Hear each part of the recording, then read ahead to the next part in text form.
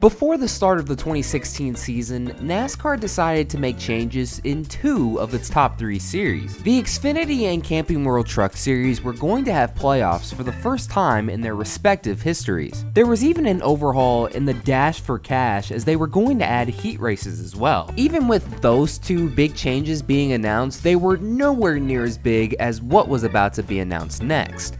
This is revisiting NASCAR's caution clock. Let's jump to the Camping World Truck Series, and we all know that that's a series that historically has been one where we constantly innovate, and that's no different than what we're looking at for 2016. 2016, we're going to be instituting a 20-minute caution clock. Here's how that's going to work. Green flag comes out, starts the race. If after 20 minutes a caution has not come out, we'll display a competition caution. We'll run through the caution laps, we'll go back to green. Caution clock will reset. The shot clock era was officially coming to NASCAR. A mandatory caution coming out every 20 minutes if we don't get one within that time period. This was without a doubt a major change to the brand. NASCAR called this a major format change that promised to break up longer runs in a series that had become a proving ground for young talent. The reaction from the media and fans was either this is the most innovative thing NASCAR has ever done, or perhaps the dumbest. Brian France, what the fuck are you doing to NASCAR? Are you kidding me right now? Are you kidding me right now? What?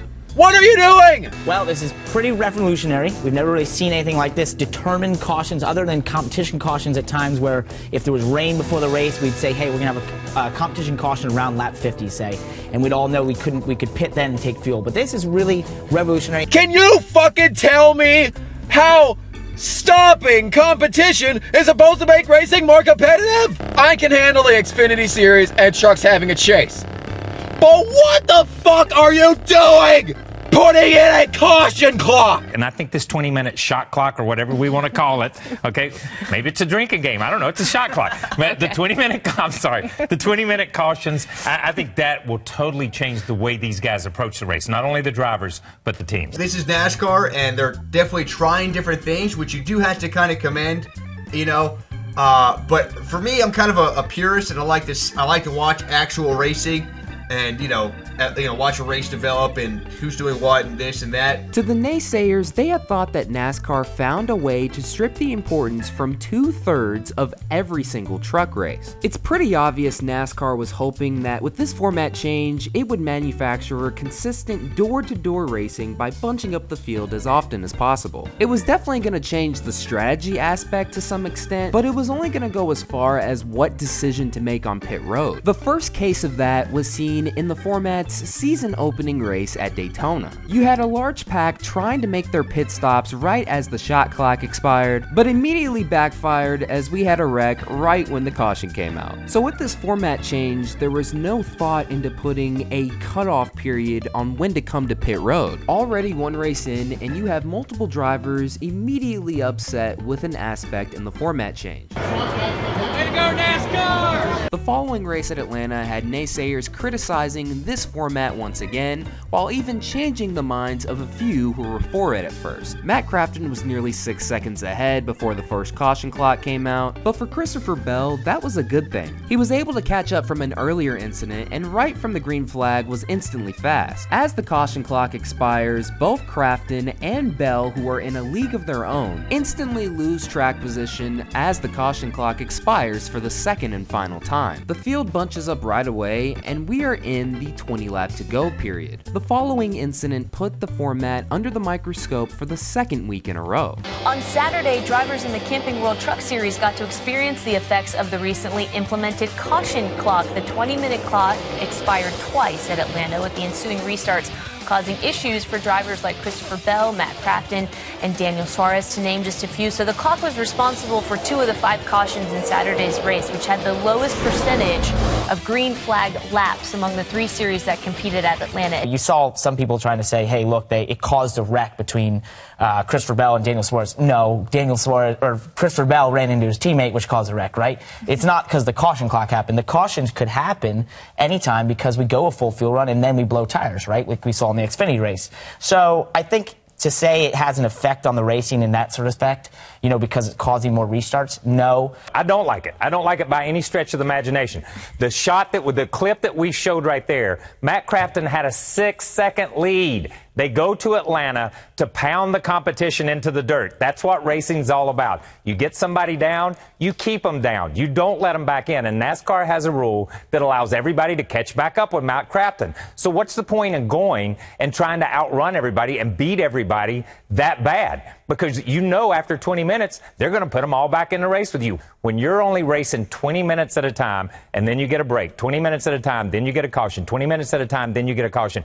Where are these guys going to learn tire management? Where are these crew chiefs going to learn pit strategy? This was a series that guys have worked their way up from driver to crew chief all the way through the system to be at the cup level and perform at that level. And now you've taken this group of guys and set them off on a different path. So, no, I don't think manufacturing cautions and setting things out like that, I'm going to be a purist on this, and I don't like it. Kyle Petty turned on that really fast. So the format didn't get off to the greatest start in the world. But once we got deeper and deeper into the season, fans got more used to it. Don't get me wrong, you still had fans up front about why they didn't like this format, but at the end of the day, they had no choice but to tolerate it. And you have to remember, this is the Truck Series. There were quite a few races where it wasn't even a factor. There were a lot of races where the caution came out multiple times before the caution clock ever expired. For some races, the caution clock wasn't even a factor, but for a lot of those 1.5 mile races, it was a factor, doing as it was intended and purposely restacking the field. By the end of the season, the caution clock was brought out a total of 19 times. By season's end, you did see a little bit more positivity about it, but a lot of the fan reaction was still, why are we doing this? However, after 2016, the caution clock was no more. Instead, the caution clock was pretty much a footnote in what would be the